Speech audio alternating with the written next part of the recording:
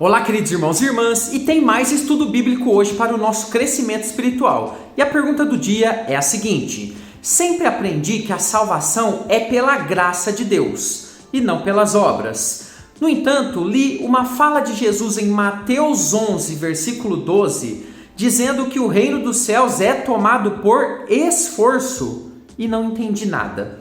Existe algum esforço do homem para entrar no reino dos céus? Ou é somente pela graça de Deus? Muito obrigado, querido irmão, pela sua dúvida. Esse texto de Mateus 11, 12 confunde muitos estudantes e nós vamos aprender ele hoje. E você, tem alguma dúvida da Bíblia? Aproveite esse espaço, coloque aqui nos comentários a sua pergunta, a sua dúvida, e eu posso selecionar ela qualquer dia desses e ela vira o próximo vídeo aqui do nosso canal. Então aproveite esse espaço abençoado. Dá uma olhadinha aqui embaixo do vídeo, veja se você já fez a sua inscrição aqui no canal. Clique ali no inscrever-se para que você possa receber sempre os nossos novos estudos bíblicos. Segunda a sexta tem estudo bíblico novo aqui no canal, sempre às 15 horas. Então faça parte da nossa comunidade, mas você precisa fazer a sua inscrição. Se ainda não me conhece, sou o presbítero André Sanches do blog esboçandoideias.com e hoje eu vou te ajudar a entender esse assunto em detalhes. Assunto difícil, texto complexo, mas você vai ver que quando a gente estuda passo a passo, a gente consegue desmembrar esses textos e aprender de uma forma simplificada. Vamos lá então para a minha lousa de explicações, crescer no conhecimento da palavra. Vamos lá? Vamos então ao estudo, texto na tela. Mateus capítulo 11, versículo 12 diz o seguinte: desde os dias de João Batista até agora, o reino dos céus é tomado por esforço, e os que se esforçam, diz o texto, se apoderam dele. Esse é um texto de difícil interpretação e para que a gente conheça realmente o significado dele, a gente precisa estudar em detalhes e entender bem o contexto. Algumas falas de Cristo exigem um pouco mais do nosso esforço interpretativo. Isso é evidente num texto como esse, para conseguirmos extrair a mensagem que ele quis passar. E nesse esforço entra uma regra bíblica muito importante. Não sei se você já ouviu. A Bíblia, olha só, a Bíblia interpreta a própria Bíblia. Ou seja, a própria palavra de Deus, ela nos dá os elementos necessários para que a gente compreenda o que quer e o que não quer dizer um texto. Por exemplo, esse texto parece indicar que a salvação é pelo esforço, não é verdade? No entanto, quando a gente abre, por exemplo, lá em Efésios capítulo 2, versículos 8 e 9, lá diz que a salvação é pela fé, né? Pela graça de Deus e não por obras. Então, como que a gente harmoniza esses textos? Aí entra essa regra. Isso significa que a própria palavra de Deus vai nos ensinar então os elementos para entendermos um texto em detalhes. E eu convido você para ficar até o final desse vídeo, que eu vou te ensinar o que quer dizer esse texto de Jesus com todo o detalhamento necessário.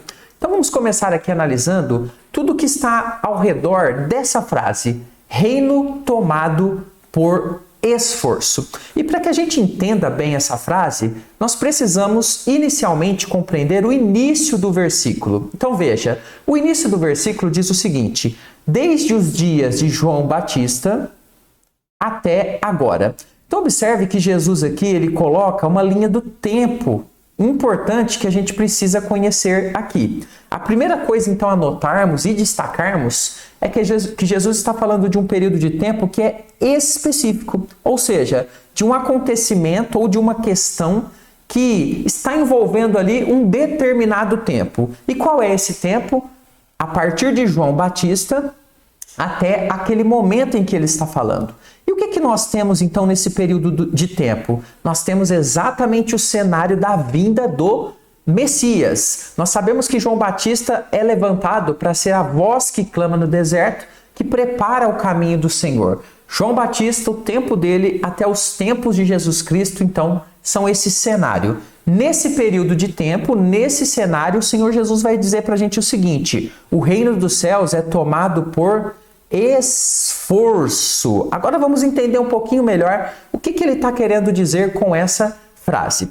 O significado mais provável aqui nessa frase seria que o reino dos céus, o que é o reino dos céus? A mensagem proclamada, a verdade revelada. Ou seja, dentro desse cenário dentro desse contexto, naquele período de tempo, é o quê? A vinda do Messias para proclamar a salvação de Deus que estava então em curso, que estava então sendo realizada. O próprio Senhor Deus se fez carne e habitou entre nós. E essa realidade, ela sofria grave oposição e resistência nesse período de tempo.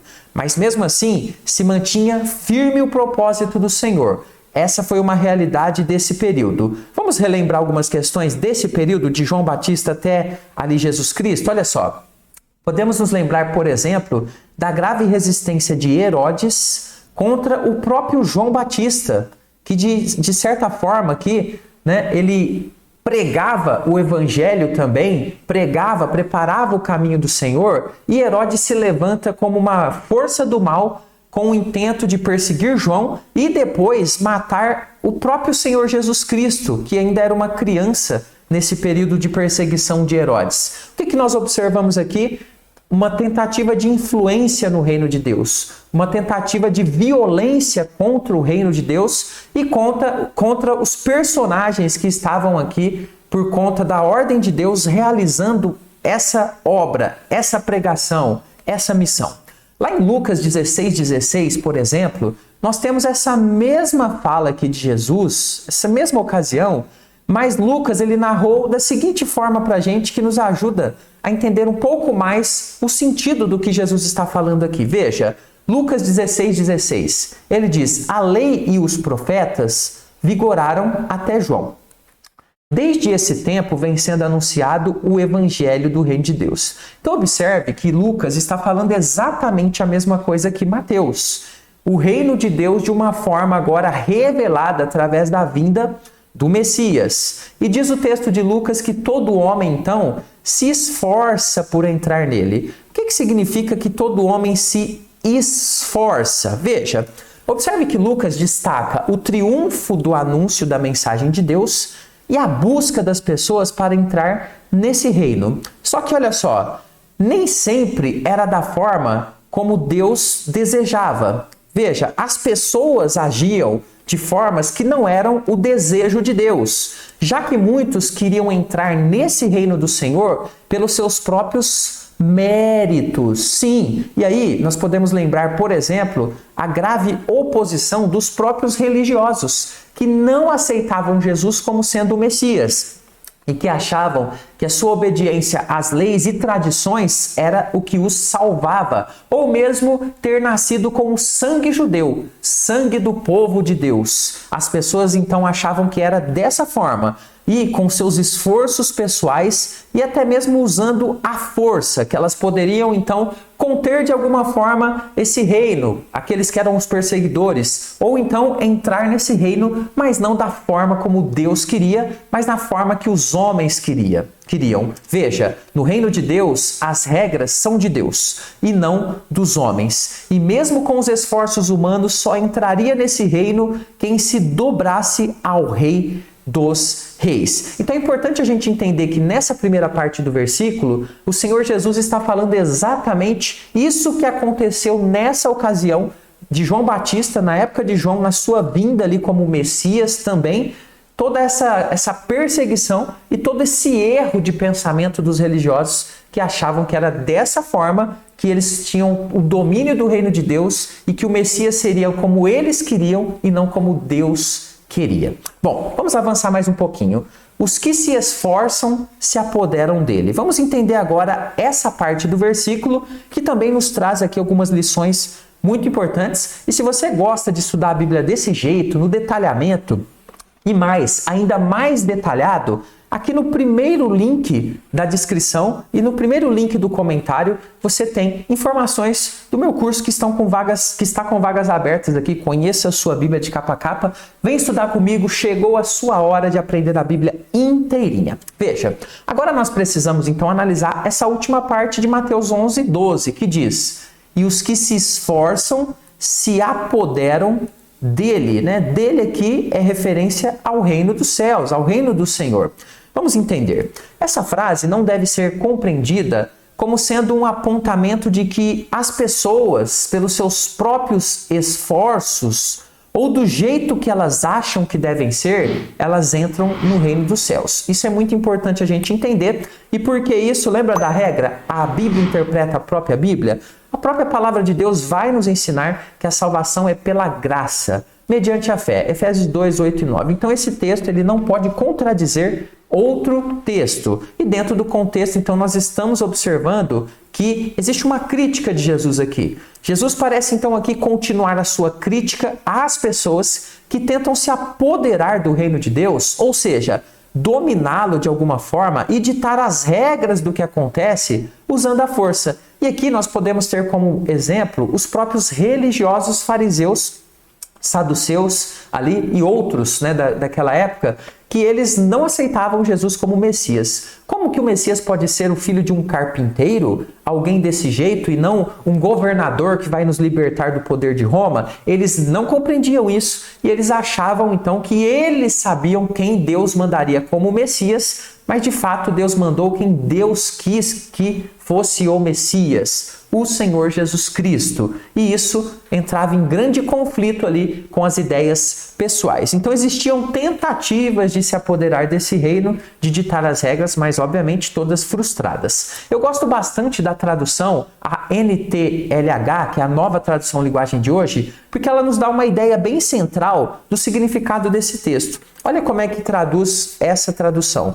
Desde os dias em que João anunciava a sua mensagem até hoje, né? Então a gente já falou aqui do período de tempo, o reino do céu tem sido atacado com violência e as pessoas violentas tentam conquistá-lo. Então nós temos aqui de uma forma bem interessante capturado o sentido mais central do texto. Existe então uma oposição violenta para que o reino do céu seja como os homens queiram ou querem que ele seja. Essa tradução capta muito bem esse sentido dos originais, que é mostrar claramente como as pessoas lidavam com a mensagem de Deus naquele período em que o Messias estava para pisar na terra e, na sequência, pisou na terra.